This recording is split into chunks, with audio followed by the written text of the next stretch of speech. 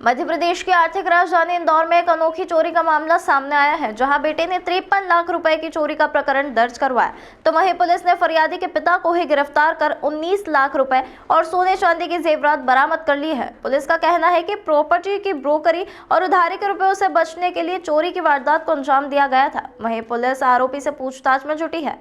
दरअसल मामला द्वारकापुरी थाना क्षेत्र का है, जहां रहने वाला अनमोल पाटिल द्वारा प्रकरण दर्ज करवाया गया है कि वह अपनी नानी के घर गया था और जब वह घर पर लौटा तो उसकी अलमारी का दरवाजा टूटा हुआ था और अलमारी में रखे 53 लाख रुपए और सोने चांदी के जेवरात चोरी हो गए हैं। पुलिस ने प्राथमिक रूप से जांच पड़ताल करने के बाद फरियादी के कहे अनुसार चोरी सहित विभिन्न धाराओं में प्रकरण दर्ज किया और आसपास लगे सीसीटीवी फुटेज और इलेक्ट्रॉनिक इक्विपमेंट के आधार पर चोरी का खुलासा किया है, जिसमें एडिशनल डीसीपी अभिनव विश्वकर्मा द्वारा बताया गया कि चोर और कोई नहीं, फरियादी के पिता ही निकले, जो कि ब्रोकर और प्रॉपर्टी के व्यवसाय से जुड़े हैं। ब्रोकरी के रुपए और उधारी के रुपयों से बचने के लिए उन्होंने स्वयं के घर में ही चोरी की साजिश रची थी और पूरे मामले में बचने का प्रयास किया था। लेकिन तमाम तथ्य और सबूत के आधार पर पुलिस ने फरियादी बेटा अनमोल पाटिल के पिता संजय पाटिल को गिरफ्तार कर लिया है और उनके पास से 19 लाख रुपए सहित सोने चांदी के जेवरात भी बरामद किए गए हैं और इसी आधार पर पुलिस उनसे पूछताछ में जुटी है।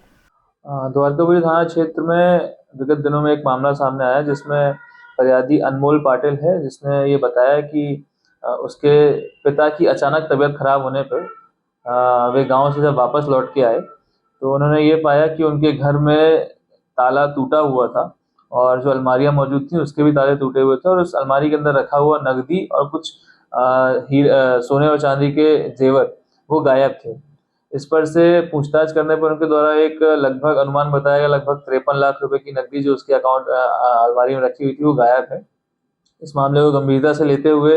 3-4 टीमें बनाई गई और सभी एंगलों पे इसमें विवेचना करी गई। विवेचना के दौरान में इनके पास ये पैसा कहाँ से आया था, किन किन माध्यम से आया था और कितना आया था, इसके संबंध में पूछताछ करी गई। पूछताछ के दौरान में सामने आया कि इनके पास में ये जो फरियादी के पिता हैं संजय पाटिल, वो रियल एस्टेट में सौदे का काम करते हैं और लगातार कई प्रॉपर्टी के सौदे करके उसको ऊंचे दामों पे दूसरे लोगों को बेचते हैं। इस तरह से उसकी लगभग 5 से 6 रियल एस्टेट की डील्स जो थी, जो करंटली चालू थी, वो सामने आई, जिसमें ये पाया गया कि इसने कई लोगों से डील्स के पैसे लिए हैं और कई लोगों को बयाना राशि दी हुई है। तो बयाना राशि बची हुई कई लोगों को ना देने पड़े और जो पैसा इसके पास आया है वो छल करके अपने फायदे के लिए इस्तेमाल कर ले, इसलिए इस प्रकार से इसने ये घटनाक्रम झूठा रचा, जिसमें उसने स्वयं बताया कि लोकल मार्केट से जाके उसने एक लंबा लोहे का सरिया टामी जैसा लिया, उसके माध्यम से दरवाजे को तोड़ा रात में और अलमारी को भी क्षतिग्रस्त किया और जो पैसा उसके अंदर रखा हुआ था उसने अपने साथी दरानों को वितरित करके उस पैसे को गायब कर दिया और चोरी की रिपोर्ट करवाई।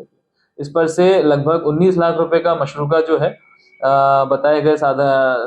सूत्रों से हमने जब्त किया है और इसमें गिरफ्तारी करके आगे विवेचना की जा रही है। अभी जब पूछताछ के दौरान जो चीजें सामने आई उसमें कुल पूरा 53 लाख की पुष्टि नहीं हो पाई थी। पूछताछ में 2-3 डील्स थी, जिसमें इसने किसी में 5 लाख रुपए बयाना दिया था, किसी में 2.5 लाख रुपए बयाना दिया था। कुछ एक डील थी, एक वहीं आस पास में रहने वाले एक परशुराम करके व्यक्ति हैं, जिनसे मकान का सौदा करके इन्होंने 5 लाख रुपए दिए थे उसको और उसी मकान को किसी तीसरे व्यक्ति को बेच करके 46 लाख में सौदा किया था। इसके जो बचे हुए 35 लाख थे वो इनको देने थे। इस प्रकार से लगभग 35-40 लाख की पुष्टि हो पाई थी, जिसमें से अभी 19 लाख बरामद हो पाया है। पूछताछ जारी है, अन्य रुपयों की भी बरामदगी जल्द से जल्द की जाएगी। सर, इसका क्या बैकग्राउंड है और ये इसके दिमाग में क्यों आया ऐसा विचार? चूंकि ये जो आरोपी है ये रियल एस्टेट में प्रॉपर्टी डीलिंग्स का काम करता है और ये लगातार एक समय पे 5 से 6 डील्स कंटिन्यू करता है, तो उसको उस पैसे का फायदा मिल जाए, एक डील में पैसा लगा दिया जाए और जो जिसको पैसा देना है उसको पैसा ना देना पड़े। तो इस प्रकार से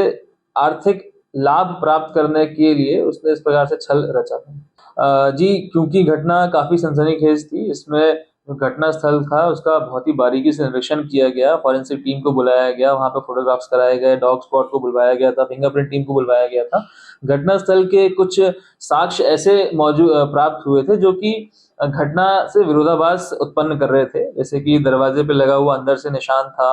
और अन्य कोई साक्ष्य थे जो घटना को विरोधाभास प्रस्तुत कर रहे थे।